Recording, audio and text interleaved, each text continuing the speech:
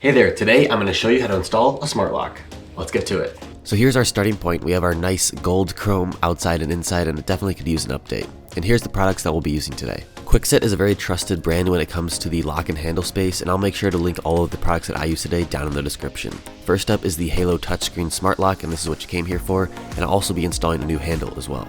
So now let's get into the install. The first step is to take off all of your old door hardware. You should be able to open up your door and see 2 screws on both the deadbolt and 2 screws on the handle. You can unscrew these with a screwdriver or an impact driver if you have one. Now every door handle is going to be a little bit different, but there will most likely be some screws on the inside of the door as well, specifically on the handle as well as maybe the deadbolt.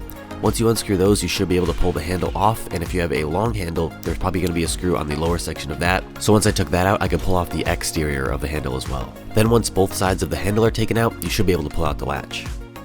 Now some of the pieces might be pretty hard to take off. For instance, they might be painted on, and if that's the case, you can use a screwdriver to help pry it off. And similar to the handle, once both sides of the deadbolt are taken off, you should be able to pull out the latch. Now that all the old door hardware is taken off, we can start installing the new door hardware. Now we're basically going in reverse of the way we took it off, so we're going to start with the latch by installing it with 2 screws. We're then going to install the exterior side of the door handle, and as you can see, the bottom of it has some variability so it can fit in the same hole as your old door handle. You can then slide it into position. You just want to make sure that it aligns through the latch, and then the bottom will line up through that old hole as well.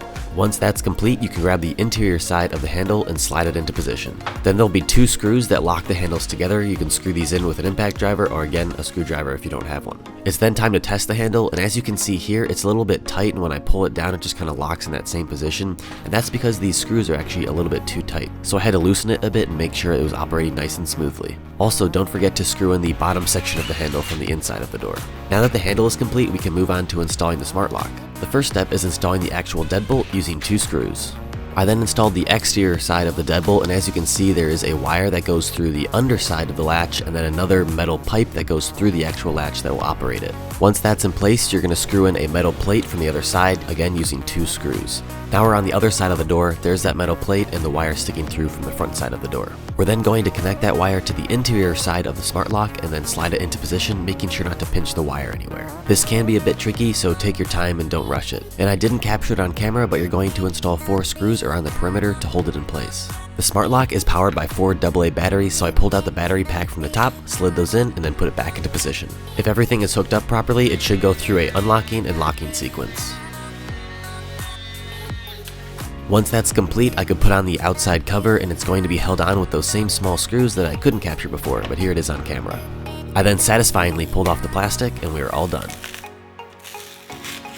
The nice thing about this smart lock is that it comes with an app, and you can unlock and lock it just from your phone. This is a really nice feature so that if you left the house and forgot whether you locked the door, you can just check your app, and if it says unlocked, you just click the button and you're good to go. In addition to the smart features of this lock, it also has a digital keypad on the exterior, and you can set multiple codes and assign them to different people. That way you know who's coming in and out, and it also has a key slot if you don't want to use that feature. Overall, I'm really satisfied with this smart lock and would highly recommend it. If you have any questions, please leave them down in the comments below and I'd be happy to answer them. And if you found this video helpful, I'd really appreciate it if you could smash that like button, as it really helps out the channel. And also subscribe, as we post a new DIY video every single Saturday. And as always, thanks for watching and happy building. See you next week.